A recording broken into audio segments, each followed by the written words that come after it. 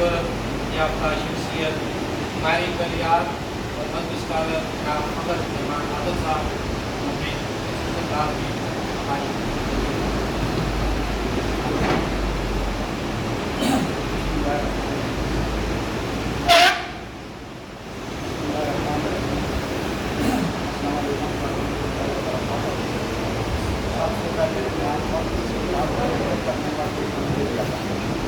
خاص طور پر ایک مسئلہ ایک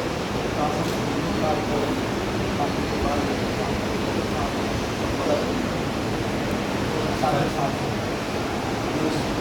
کلاس کرانے کے باقی ہیں تو یہ کلاس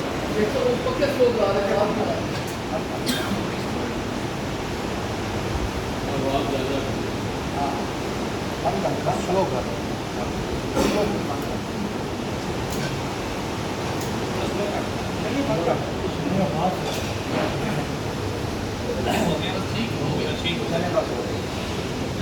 جو لوگ حج اور عمرہ کر کے آئے ہیں یہ ایک شعر ان کے کہ وہ ادائے دل بھری ہو یا نوائے آشکانہ وہ ادائے دل بھری ہو یا نوائے آشکانہ جو دلوں کو فتح کرنے نہیں پاتا ہے سبحان اللہ میرے ہم سفر بول بول تیرا میرا ساتھ دیا ہم سفر بول بول تیرا میرا ساتھ دیا نظمیر دشت دریات و سیر آشیاں میرے ہم سبھی اسے بھی اثر بہار سمجھے میرے ہم سبھی اسے بھی اثر بہار سمجھے انہیں کیا خبر ہے کیا انوائے آپ کا اور تیری عاشقی سے پہلے مجھے کون پوچھتا تھا تیری عاشقی سے پہلے کون پوچھتا تھا تیری عاشقی نے کر دیا میری زندگی کو افسانہ اور افسانہ حیات کے عنوان بدل کے آیا مدینہ یاد کو اور ماں مچل کے نہ پوچھو کیسے رحمت کا خزینہ چھوڑ آیا ہوں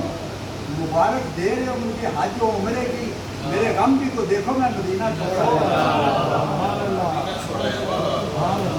میرے غم بھی تو دیکھو مدینہ چھوڑ آیا ہوں اور حاضرین محترم تیری عظمتوں سے ہوں میں بے خبر یہ میری نگاہ کا قصور ہے تیری راہ گزر کے قدم قدم کہیں کعبہ ہے کہیں طور ہے اور یا رسول اللہ تو نظر کرے تو یہ ہے صبح تو نظر پھرائے تو شام ہے میری ہر نگاہ میں ہے تشریحی تیری ہر نگاہ میں جام اور یا رسول اللہ آپ کے ذکر کے بغیر گزارا نہیں ہوتا کوئی بھی پل ایسا نہیں جب آپ کو پکارا نہیں ہوتا گزر جائے جو دن آپ کی یاد کے بغیر قسم خدا کی وہ دن ہمارا نہیں اور تیری رحمتوں پہ منصر میرے ہر عمال کی قبولیت نہ سلیقہ آرزو ہے نہ شعور نماز اور یا رسول اللہ کر دیا ہم سمن بندوں کو خدا سے تو نے اس مشق غبار کو کن کے نظمتوں سے آسنا کرتا یا رسول اللہ دیدار کے قابل کہاں میری نظر ہے یا رسول اللہ دیدار کے قابل کہاں میری نظر ہے یہ تو آپ کا کرم ہے کہ آپ کا رخ ادھر ہے سبحان اللہ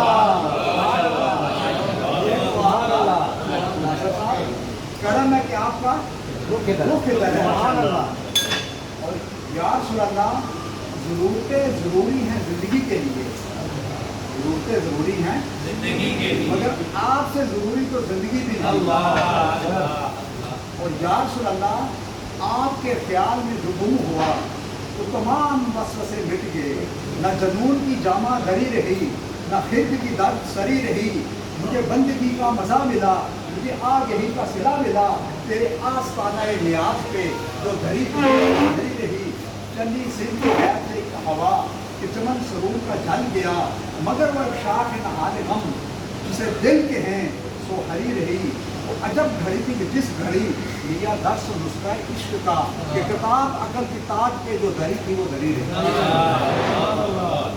بس دوستان محترم 2 حدیث سناؤں گا آپ سب اہل علم لوگ ہیں محبت والے ٹھیک ہے نا اور 2 واقعے سناؤں گا اس سے اگر سمجھ آ گئے نا تو ہر آدمی کی زندگی بدل جائے یہ اگر میرے 2 واقعے اور 2 حدیثیں آپ کو سمجھ آ گئی قسم سے ٹھیک ہے نا تو آپ لوگوں کو کیا ہوگا زندگی بدل جائے گی. ایک شخص نے حضور نبی کریم صلی اللہ علیہ وسلم سے پوچھا یا رسول اللہ قیامت کب آئے گی؟ قیامت کب آئے گی؟ آپ نے فرمایا تو نے قیامت کے لیے کیا تیاری کی ہے؟ اس نے کہا یا رسول اللہ میرے پاس نماز کا، روزے کا، حج کا کوئی عمل نہیں ہے.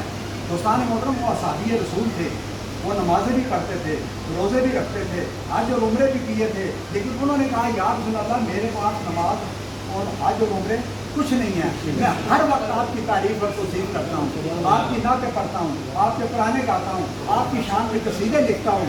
تو حضور نبی کریم صلی اللہ علیہ وسلم نے فرمایا جو شخص دنیا میں جس کی تعریف اور توصیف کرتا ہے، جس کی نعتیں پڑھتا ہے، جس کا ذکر اور اذکار کرتا ہے، جس کے ترانے گاتا ہے، جس کی شان میں قصیدے لکھتا ہے، قیامت کے دن وہ اسی کے ساتھ ہو.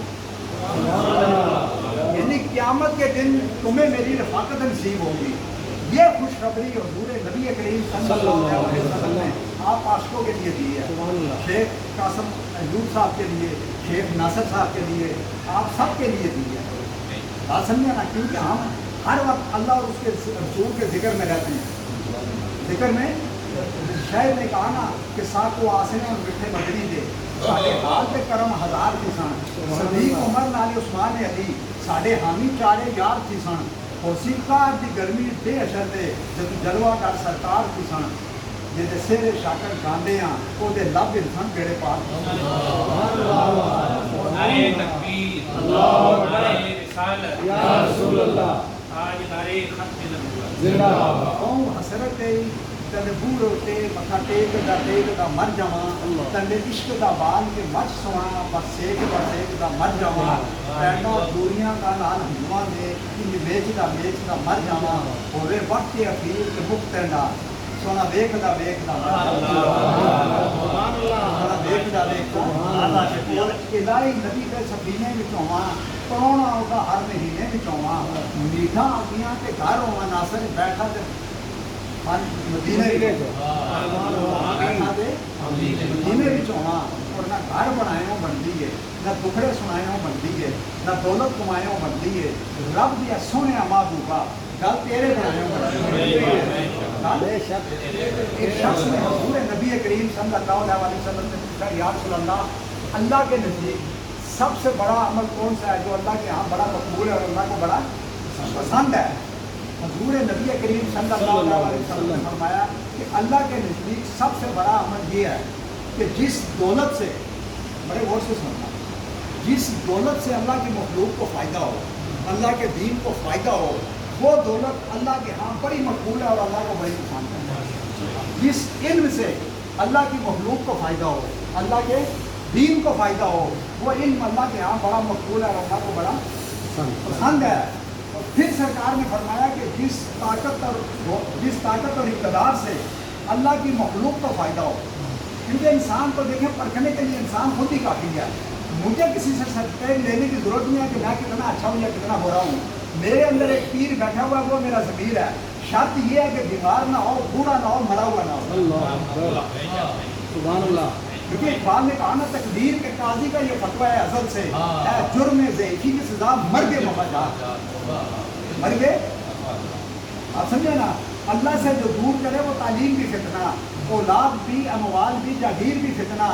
نہ حق کے لیے اٹھے تو شمشیر بھی فتنہ. شمشیر ہے کیا؟ نعرہ تکبیر بھی فتنہ. حسین محترم قاسم صاحب اس نے تو کمال کر دی. نعرہ تکبیر کیا ہے؟ جو 5 ٹائم نماز پڑھتے ہیں نا تو کم از کم 326 دفعہ کہتے ہیں اللہ اکبر، کہتے ہیں نا. اب ایک شخص ادھر پٹی باندھے اس میں لکھا ہو اللہ اکبر، اللہ اکبر کا نعرہ لگا کے بم اپنے ساتھ ادھر پھوڑ دے، سینکڑوں آدمیوں کو مار دے، اب کتنے کے لیے اٹھائے گا؟ نہیں مجھے بتائیں. نعرہ تو اس نے اللہ اکبر کا لگایا ہے، لیکن نعرہ کس کے لیے؟ فتنے کے لیے. میری بات سمجھ گیا نا؟ اور اب دو واقعے چھوٹے چھوٹے دوستان محترم کہ ظلمت شب سے تو کہیں بہتر ہے. ناصر صاحب ظلمت شب سے تو کہیں بہتر ہے. اپنے حصے کی ایک شمع جلاتے جاؤ، اسے پاس وفا تھا کہ نہ تھا تم اپنی طرف سے نبھاتے جاؤ. ایک بادشاہ نے دوستان محترم ایک تالاب بنایا، ٹھیک ہے نا؟ تو اس نے اپنی پوری رعایا کو بلایا اور کہا کہ آپ سب مجھ سے محبت کرتے ہیں، اب اس بات کو لگانا اللہ کے ساتھ، ہم سب اللہ رسول سے محبت کرتے ہیں نا، پھر آپ کو صحیح سمجھ آئے گی. تو بادشاہ نے کہا آپ سب مجھ سے محبت کرتے ہیں. تو رعایا نے کہا جی ہم سب آپ سے محبت کرتے ہیں. اس نے کہا پھر ایک کام کرنا, اپنے اپنے حصے کا ایک لوٹا رات کے اندھیرے کے اختلاف میں ڈال دو. اپنے اپنے حصے کا ایک لوٹا کس میں ڈال دینا؟ تالاب میں ڈال دینا. بات سمجھ گیا نا. اب انہوں نے کیا کیا, ہم آپ سے محبت کرتے ہیں. صبح ہوئی, بادشاہ نے دیکھا تالاب سارا خالی تھا. اب یہ بات سمجھنے والی, بادشاہ نے ابھی ایک ایک بندے سے پوچھا کہ آپ بتائیں آپ نے اس میں لوٹا کیوں نہیں ڈالا پانی کا؟ انہوں نے کہا کہ یہ سارے لوگ ڈالیں گے. تو میں نے کہا میرا ایک لوٹا کہاں نظر آئے گا؟ بات سمجھے نا. دوسرے سے پوچھا, اس نے بھی کہا جی یہ کروڑوں لوگ ہیں, یہ اپنے حصے کا لوٹا ڈالیں گے نا, میں نہیں ڈالوں گا تو کیا فرق پڑے گا؟ بات سمجھے نا. سب نے یہی کہا. تو بادشاہ نے کہا آپ اپنے اپنے حصے کا لوٹا ڈال دیتے, تالاب پانی جاتا. ہم سب اللہ رسول سے محبت کرتے ہیں نا, ہم پہلے خود اپنے آپ کو پیش کریں. کیا کریں؟ اپنے آپ کو پیش کریں دوستان محترم. دوسرے کو کہنے کی اتنی ضرورت نہیں ہے.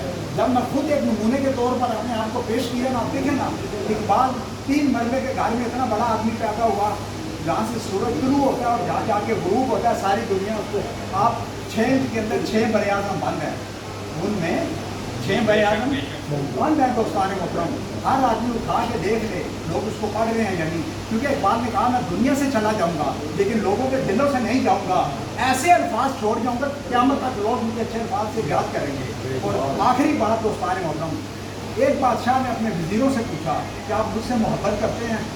انہوں نے کہا کہ ہم بہت زیادہ محبت کرتے ہیں. اس نے کہا کہ یہ 3 وزیر مجھ سے سب سے زیادہ محبت کرتے ہیں. اب بادشاہ نے ان سے کیا کہا, یہ سننے والی بات ہے غور سے, ٹھیک ہے نا. اس نے کہا 3 تھیلے لو, ان وزیروں کو دیے. کیا کیا؟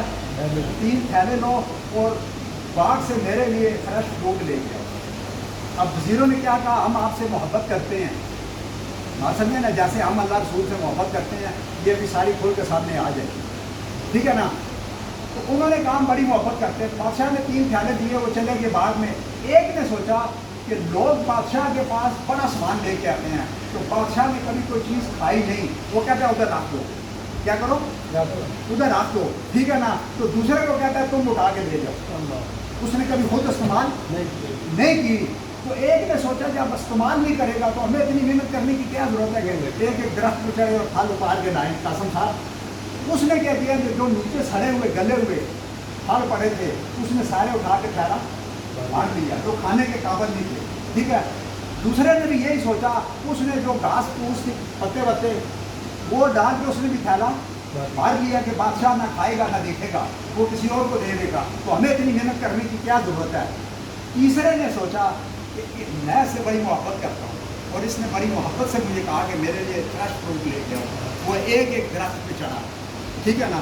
اس نے پھل فروٹ اتارے, تھیلے میں بڑے لے کے آیا. اب جب تینوں محل کے اندر داخل ہوئے نا دوستان محترم, بڑے غور سے سننا.